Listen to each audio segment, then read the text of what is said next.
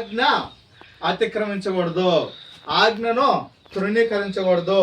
ఇది యేసయ్య ఒక మాట సెలవు ఇచ్చినాడంటే ఆ మాట ఏమవుతుందంటే నిరర్ధకం కాదు, ఆ మాట నెరవేర్చబడుతుంది. అయితే దేవాదేవుడు ఏం చెప్తున్నాడు అంటే నన్ను ప్రేమించిన వారిని ఏముంది, నన్ను ఉంది అక్కడ,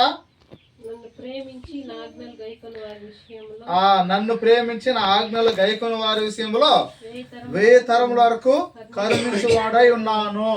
కాబట్టి మొట్టమొదటిగా యేసయ్యను ప్రేమించాలి. ప్రేమించిన తర్వాత ఆయనకు ఆజ్ఞలు ఎవరైతే గైకుంటారో వారు ఎన్ని తరాలంట, 1000 తరాలు. మనం బతికేది ఎంత, మహా అంటే 70, 80, ఇంకా అధిక బలం ఉంటే ఇంకొంతకాలం ఇంకా క్షీణించిపోతూనే ఉంది.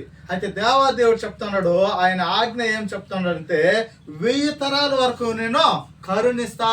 నీ కుటుంబాన్ని, నీ సంతతిని, నీ వంశాన్ని, నీకున్న ఆ యొక్క బిడ్డలను, ఆ యొక్క సంతతిని అందరినీ కరుణించే దేవుడిగా ఉన్నాననేసి దేవాదేవుడు తెలియచేస్తున్నాడు. అయితే మనం ఏం చేయాలా, ఒకటి ఆయన ప్రేమిస్తే ఆయన ఆజ్ఞలు ఏం చేయాలా, పాటించే వారిగా ఉండాలి.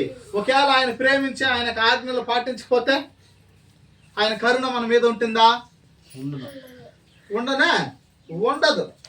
కాబట్టి ఆయన కరుణ మనకు, మన బిడ్డలకు, మన కుటుంబానికి ఉండాలంటే ఆయన మనం ఏం చేయాలా, అధికముగా ఆయన ప్రేమించేవారిగా ఉండాలి. కాబట్టి మనము ప్రేమిస్తున్నామా, ఆయన ప్రేమిస్తే ఎలా ఉంటాం, మనము మహిమకరంగా ఉంటాం, ఆయన వెలుగు మనతో ఉంటుంది. చూద్దాం, వాక్య భాగంలోకి వెళ్దాం. నీ దేవుడైన యెహోవా నామమును వ్యర్థముగా ఉచ్చరింప